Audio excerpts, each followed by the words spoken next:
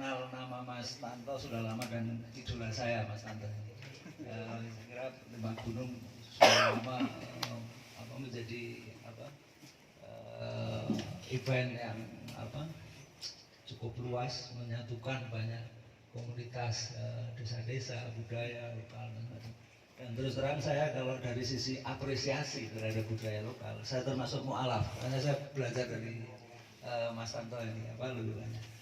Dan saya berkesempatan karena 5 tahun terakhir saya pulang ke Wonosobo, sekarang lebih banyak ketemu, sering ketemu. Kalau dulu cuma bisa baca dari berita dan segala macam gitu. Nah, saya juga berterima kasih sekali Mas Tanto hadir di sini bersama teman-teman dari Magelang dan sekitarnya. Kehormatan buat kita. Karena selama ini saya kira Wonosobo tidak masuk dalam 5 gunung. Kita 5 gunung pinggiran. Nah, saya sendiri lahir di Wonosobo, tapi saya lama di saya SMA di Jogja, kuliah di Bandung, kerja di Jakarta, mungkin hampir 30 tahun masa saya di luar Wonosobo. Nah, saya juga sebagai wartawan saya sudah meliput banyak hal. Saya keliling Amerika tahun 88, kemudian meliput perang Bosnia tahun 92, komunisme, runtuhnya komunisme di Eropa Timur dan Palestina dan macam. Tapi saya merasa saya tidak cukup mengenal Indonesia. Itu sebabnya 10 tahun yang lalu saya keliling Indonesia selama setahun, naik sepeda motor dan juga menyelam, karena Indonesia itu 2/3 wilayahnya adalah laut. Dan banyak sekali yang saya temukan, dan itu seperti ziarah buat saya keliling Indonesia. Saya mengunjungi 80 pulau terpencil Indonesia, hampir di sebelah barat Sumatera itu Samudra Hindia. 80 pulau kecil termasuk juga yang di perbatasan, ya. Tidak cuma Sabang sampai Merauke, tapi juga Miangas sampai Pulau Rote. Banyak di ujung-ujungnya gitu saya kunjungi. Saya juga menyelam, jadi saya bikin foto bawah laut dan macam. Nah, dari perjalanan itu salah satu yang juga memicu saya untuk kembali pulang Wonosobo. Kenapa? Saya melihat Indonesia ini sebenarnya dahsyat banget dari sisi alam, dari sisi juga keragaman budaya, keragaman. Saya tidur di misalnya ketika keliling itu saya tidur di rumah suku Mentawai, suku Dayak, juga di Luwuk, di Banggai dan segala macam. Dan menurut saya sebenarnya dahsyat sekali dari sisi itu. Tapi kok kenapa banyak hal tidak sesuai dengan apa yang kita pikirkan? Agak sih koyo bliru. Nah itu yang kemudian juga membuat saya sekarang pulang Wonosobo. Salah satunya kalau menurut saya kita memang nggak bisa mengubah dunia. Tapi kita bisa melakukan hal-hal yang lebih kecil, dan menurut saya hal-hal yang lebih kecil konkret itu menurut saya ada di desa gitu. Jadi saya sekarang sering keliling Wonosobo naik sepeda motor juga ke desa-desa, dan kadang sama Farhan itu nyari tanaman, nyari tanaman-tanaman yang sudah mulai langka. Saya di Kalianget nanam lagi tanaman rempah yang sebagian sudah mulai jarang dan macam-macam. Jadi kalau menurut saya itu merupakan hasanah kita yang sangat besar yang kita abaikan selama ini. Nah, saya juga belajar digital. Kalau tadi disebut-sebut soal digital, saya mungkin salah satu yang membuat website pertama tahun 96, waktu itu internet baru awal sekali. Tapi menurut saya solusi kita ke depan, kalau menurut saya itu justru ada di lokal, di desa, di alam, di komunitas dan dalam beberapa tahun terakhir saya belajar blue economy, ekonomi biru. Biru itu dari planet kita, planet bumi itu dikenal sebagai planet biru. Ekonomi yang berbasis bertumpu pada alam. Kita sering mengatakan kalau kita membangun ekonomi kita harus mengorbankan alam atau mengorbankan budaya dan macam-macam. Tapi ekonomi biru sebenarnya melihat bahwa ekonomi itu akan bangkit justru kalau kita melestarikan alam. Salah satu prinsip dalam ekonomi biru itu bekerja dengan apa yang kita punya. Apa sih yang kita punya di desa ini? Ada air bersih, ada tanaman, ada bentang alam yang bagus. Itu itulah modal kita yang besar. Jadi ini ekonomi yang juga mendorong pada kemandirian. Indonesia itu punya problem besar karena kita punya utang yang sangat besar. Juga kita obsesi pada investasi. Kalau kita mengundang investor, investor itu bukan datang dengan duit saja, harus banyak sekali yang kita korbankan.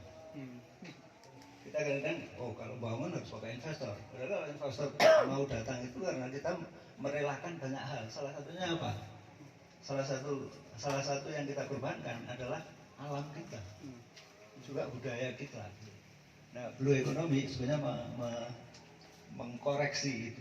Dan menurut saya ini makin relevan sekarang ini.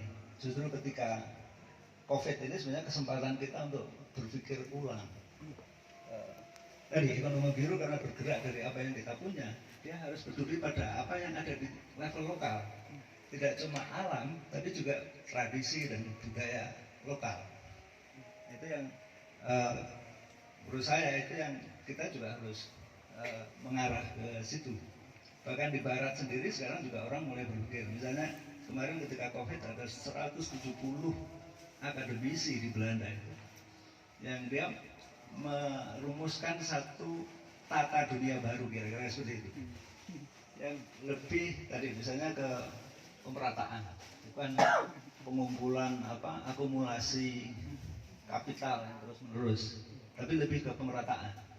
Yang kedua, ke pertanian regeneratif, artinya pertanian yang yang sehat tadi, tentang pestisida, tentang bagaimana menghargai keragaman alam, tidak monokultur dan segala macam, yang menjaga keragaman hayati kita.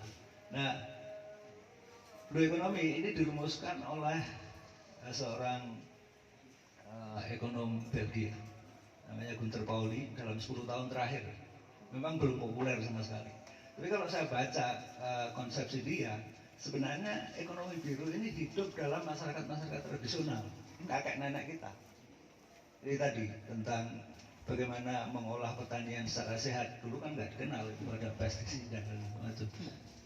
Kemudian pada tidak cuma pada budidaya, tapi juga pada penghormatan pada tradisi lokal. Kemudian penghormatan pada keragaman hayati. Selama ini kan kalau ekonomi itu hanya harus bangun skala yang besar, seperti sawit atau seluas-luasnya, sehingga keragaman hayati kita makin berkurang. Dan saya percaya alam itu adalah fondasi dari budaya. Kalau alamnya rusak, budaya pasti rusak. Kayak suku Dayak misalnya sekarang, mereka tergusur karena hutan mereka hilang, semua menjadi sawit dan sebagainya. Yang kemudian mereka sendiri sudah tidak punya basis budaya mereka. Nah, saya kira ini tantangan besar kita justru juga untuk bagaimana mengembalikan itu. Dan kalau menurut saya ini sekarang ini menjadi relevan, kayak konsep dari blue economy atau pembangunan yang didasarkan pada masyarakat tradisional. Justru ini menjadi makin penting menurut saya ke depan. Dan ini akan menjadi kekuatan kita. Indonesia itu kalau menurut saya sudah, walaupun belum semuanya gitu, tapi saya sudah ujung-ujungnya sudah coba saya lihat. Kekayaan terbesar kita itu bukan pada emas, batu bara atau minyak, tapi pada tanaman, pada benda alam kita. Salah satu miniaturnya itu Wonosobo. Wonosobo itu kalau menurut saya kabupaten yang sebenarnya sangat kaya, Mas. Kaya, Pak. Kita punya, Kalau nggak ada biru. kita punya ketinggian itu dari 200 meter di atas permukaan laut, itu di daerah Wadas Lintang, di daerah selatan itu, sampai 2200. Artinya kita punya vegetasi atau jenis tanaman yang sangat beragam. Kalau kita bicara kapulaga aja, di bawah 1000 itu kapulaga Jawa, kalau di atas 1000 itu kapulaga Sabrang. Jadi begitu ini. Dan kemudian lereng yang tinggi ini adalah juga sumber energi, Mas. Jadi kalau dalam blue economy, sumber energi terbesar itu bukan matahari, bukannya, tapi gravitasi. Gravitasi. Jadi lereng yang tinggi ini, sebenarnya itu kita bisa generate macam-macam di situ. Yang paling sederhana gravitasi itu, bahkan kalau kita bikin padi mengendap itu kan karena gravitasi. Jadi untuk pengolahan pangan atau segala macam. Jadi apalagi juga yang tadi mikro hidro. Saya nggak menyarankan kita membuat bendungan yang besar, tapi yang kecil-kecil, embung yang kecil-kecil yang juga sambil kita menghutankan kembali daerah-daerah yang mulai kering untuk memunculkan sumber-sumber air. Saya kira ini tantangan yang besar dan menurut saya tadi kita harus mengubah paradigma tadi. Kita seolah-olah tadi kalau mau membangun ekonomi justru merusak alam. Kalau menurut saya kita bisa membangun ekonomi sambil tetap mempertahankan budaya, mempertahankan alam kita dengan baik. Jadi sebagian kita akan belajar lagi justru ke masa lalu. Saya sekarang juga sama beberapa teman di Wonosobo kita mulai belajar lagi tentang membuat kuliner lokal, juga dari pengolahan bahan panganan macam. Lagi-lagi itu sebetulnya simpel dan menurut saya salah satu tantangan kita sekarang itu sebenarnya melakukan hal-hal yang sederhana, kecil-kecil tapi benar. Saya kalau di Jakarta saya frustasi, saya hampir paling cuma diskusi politik yang sebenarnya enggak. Tapi kalau saya pulang ke Wonosobo saya menjadi jauh lebih kaya. Saya merasa lebih kaya, saya bisa muter. Perkara cuma ketemu Gus Biru. Jadi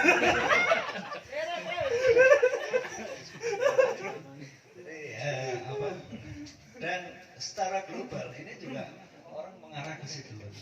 Kerusakan alam di Eropa, di Amerika dan semacam itu juga membuat orang juga kembali. Jadi ini bukan isu global. Makanya kita berpikir global, tapi kita melakukan hal-hal itu di level lokal. Karena sesuatu yang konkret itu pasti di level yang lokal ya. Dan bukan kayak pertemuan kita ini kan sederhana banget. Dan itu penting kalau menurut saya. Justru yang seperti itu yang harus Tapi besok sudah didengerin Dirjen. Gara-gara WhatsApp. Kalau lewat dinas nggak bisa. Kesenangan saya justru sekarang melakukan hal-hal yang kecil ya. Saya ketemu ngobrol dengan petani dan macam dan mendengar problem mereka gitu. Problemnya banyak banget ya. Tapi kalau menurut saya Wonosobo ini ya karena alamnya dan semacam harusnya bertumbuh kembali ke alam, pertanian, kemudian dan kalau melestarikan Wonosobo ini gunanya banyak untuk Jawa Tengah. Karena Wonosobo itu punya beberapa sumber dia menjadi sumber mata air beberapa sungai besar ya, Sungai Serayu, Sungai sebagian Progo, kemudian Sungai Tulis dan Bogowonto.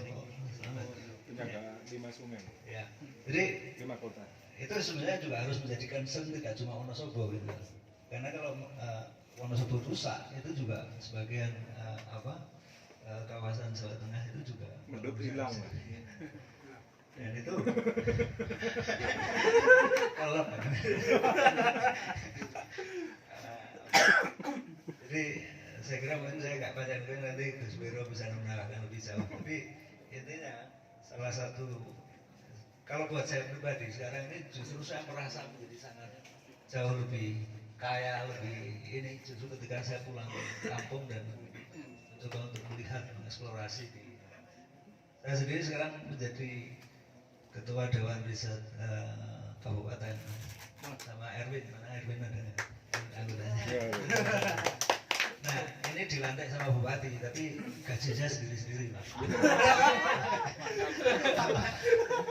Tapi buat saya ini juga satu justru ya motivasi tadi untuk mengeksplorasi Wonosobo dengan lebih dan mungkin sedikit banyak kita bisa ngomong lah sama Bupati sama ini untuk melakukan ini melakukan itu dan walaupun belum tentu didengerin ya. Tapi paling enggak sekedar kalau di Jakarta itu saya sudah hampir frustasi itu membahas politik nasional hampirnya semua kayak gitu. Dan saya percaya sebenarnya tidak cuma ekonomi, budaya dan politik kita yang rusak sekarang ini hanya bisa dibenerin dari desa kalau menurut saya. Termasuk agama? Agama juga Oh semua. iya, catat lagi. Agama. Jadi habis. Oke. Jadi kira-kira begitulah. Dan menurut saya ini makin relevan Mas. Apa yang Mas Tanto lakukan bersama teman-teman di komunitas. menurut saya masa depan itu justru ada komunitas-komunitas kecil gitu. Bergerak bareng itu menurut saya holistik di situ. Sebenarnya nggak cuma budaya tapi juga ekonomi, politik dan macam. Saya juga banyak belajar tentang salah satu problem petani itu karena mereka bekerja sendiri-sendiri. Ya, saya menyarankan selalu mereka untuk berorganisasi, salah satunya koperasi. Saya kebetulan banyak belajar dari Bung Hatta ya. Koperasi yang sekarang ini banyak banget tapi banyak yang keliru. Koperasi yang benar itu tumbuh dari bawah. Dia sukarela tumbuh dari bawah, betul-betul tadi menumbuhkan solidaritas bersama ya segala macam. Kalau ke desa-desa sekarang saya kadang-kadang sedih juga melihat ketika satu petani bersaing dengan petani yang lain, orang miskin bersaing dengan orang miskin yang lain. Dan menurut saya itu juga salah satu. Dan sikap gotong royong dan sebagainya menurut saya sudah makin tergerus. Makanya menumbuhkan komunitas-komunitas seperti ini tidak semuanya tentang uang ya. Bahkan ini mungkin yang banyak jarang dibahas oleh kalangan sosiologi ya. Kalau kita bicara tentang digital platform, kita mengenal apa yang disebut open source. Open source itu adalah produk yang diproduksi oleh banyak orang. Pertama-tama bukan berpikir karena uang, tapi berpikir untuk berbagi bersama. Ada yang pernah dengar Linux nggak? Dibanding Linux itu satu software yang dibangun oleh orang di seluruh dunia yang tidak saling mengenal. Dan itu sebenarnya kerjasama mas. Dan bukan soal uang pertama-tama, soal orang berbagi. Ada yang namanya hackers ya. Hackers itu orang yang ngulik komputer kemudian bikin satu produk dibagikan bersama, nggak ada paten, nggak ada cipta dan macam. Nah, sebenarnya kalau ini ada seorang filosof Finlandia, namanya PK Himanen, dia yang bilang open source itu adalah satu spirit atau semangat dunia digital sebenarnya. Dan ini tidak hanya berlaku dalam komputer. Orang siapa saja, antropolog yang ngulik budaya, ahli kedokteran yang ngulik, atau farmasi yang ngulik tanaman tradisional, kemudian membagikan bersama dalam semangat untuk share, berbagi dan macam itu adalah semangat open source. Dan ini ya semangat yang melawan kapitalisme. Kapitalisme itu tadi semuanya tentang bagaimana bisa dikomodifikasi. Padahal banyak hal ya, seperti itu. Kapitalisme itu kan berasal dari etika Protestan, ya. Protestan etik. Kita bekerja dari pagi sampai sore, jadi karyawan dan macam itu semua sebenarnya konsep kapitalisme. Kalau dalam konsep tadi open source itu pertama-tama orang bekerja karena kesenangan, karena kebahagiaan, karena keinginan untuk berbagi. Nah, itulah sebenarnya etik masa depan. Etik digital yang benar itu adalah seperti itu, nggak cuma jadi YouTuber. Tidak cuma ngisi Gus Dur. Semangat tadi komunitas-komunitas kecil yang pertama-tama bekerja atau melakukan sesuatu karena kesenangan. Saya kira hampir semua budaya kita, mau batik, mau tarian dan sebagainya, kan nggak ada hak cipta, nggak ada itu. Dan pertama-tama karena waktu senggang dunia pertanian mereka menciptakan sesuatu karena kesenangan. Nah sebenarnya betapa membahagiakan mas kalau kayak gitu. Kita nggak dikejar-kejar hanya untuk cari duit atau follower tapi bagaimana kita share, berbagi dan macam-macam. Saya kira itu yang relevan dari apa yang dilakukan Mas Tanto dan kawan-kawan. Bagaimana menumbuhkan, menghargai, mengapresiasi komunitas-komunitas lokal. Saya kira. Kalau cari duit terus itu duit tenang. Motor duit tambah kewe. Tambah Motor duit kewe. Jadi buat saya sendiri ini, saya berkenalan dengan Mas Tanto dan teman-teman itu satu kesenangan dan satu kehormatan saya buat ini. Dan saya kira mungkin nanti mudah-mudahan Wonosobo juga bisa terlibat lebih jauh di lima gunung mas. Dan tidak cuma dalam budaya dan semacam, mungkin nanti kita juga bagaimana bisa kerjasama di pertanian yang sehat dan semacam itu. Saya kira itu mas, terima kasih. Terima kasih.